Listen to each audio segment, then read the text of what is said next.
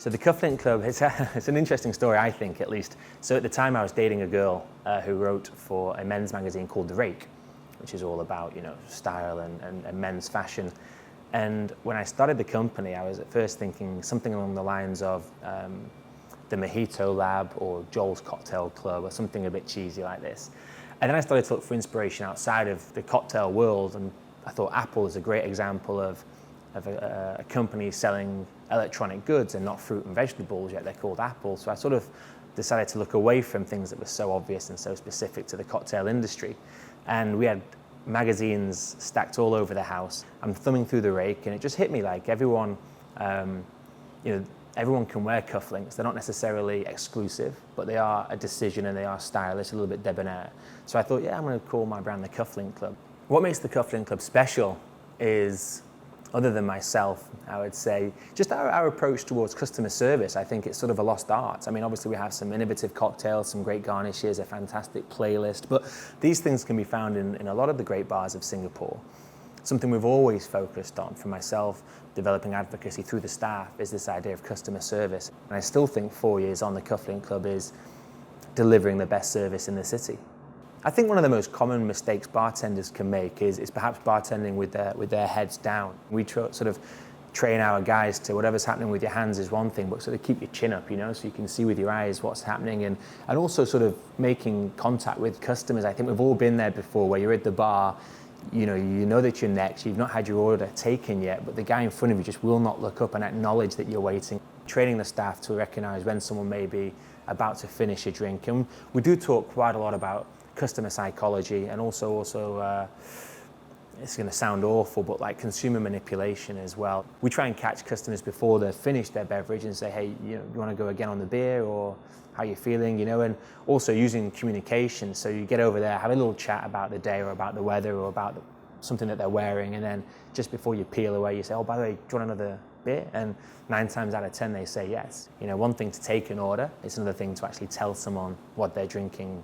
And we have some little games at work where I might say to one of the floor staff, okay, tonight I want you to sell 2 bottles of Dom Perignon or 10 porn stars or whatever it is.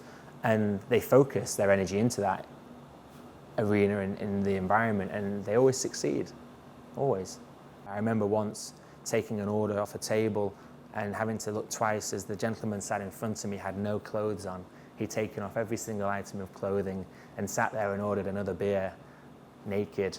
And something I sort of believe in is don't approach these sorts of situations with confrontation. Like, if you tell someone not to do something, then they're going to do it.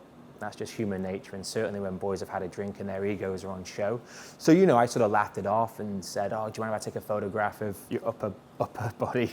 I've never had anyone naked in the bar before. This is really cool, So you sort of join them in the fun, and then sort of say, oh, I'll go grab your beer, why don't you put your clothes back on? The positive aspects of owning a bar, the first and foremost is developing a network, meeting thousands of people over a year. Cufflink Club is 4 years old now, so I couldn't even guesstimate how many people I've come into contact with. And a lot of people have gone on to be an influence in my life, be it in the business world or relationships. I've met 2 or 3 of my last girlfriends at the bar as well. The negative aspects of owning a bar would have to include the hours. I'm fortunate now, 4 years into the brand, to have developed a really strong team that allow me to go home before 1 or 2 in the morning. But when we first started the Cufflink Club, I think I was working 16 hours a day, 6 days a week, and I still couldn't get enough done. I don't think people quite realize just the amount of hours you spend on your feet. We'd finish work at 2, we'd spend an hour cleaning up, and I'd go home for about 3:30 a.m.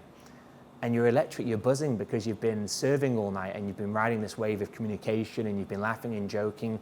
So it's not like you crawl into bed and go straight to sleep. You crawl into bed and you lie there almost feeling all this electricity that you've just developed over the last sort of 8 or 10 hours of service. I certainly feel like I look a lot older now than I did when I started the bar. I've aged 4 years, but I feel like I've aged 10, I was better looking when I was 28, when I started the bar, I'd say, yeah. So, I was getting more sleep at the time and maybe drinking less champagne at the time, so wasn't carrying so much of a belly. And the Cufflink Club got a great reputation quite early as being a place where a lot of beautiful women would come Now, I'm not sure whether they came for the drinks or whether they came for the owner. I wouldn't know. You know, I've always made a habit of trying to employ good-looking boys. It's a shame, isn't it? But it's the reality, you know, like sex sells.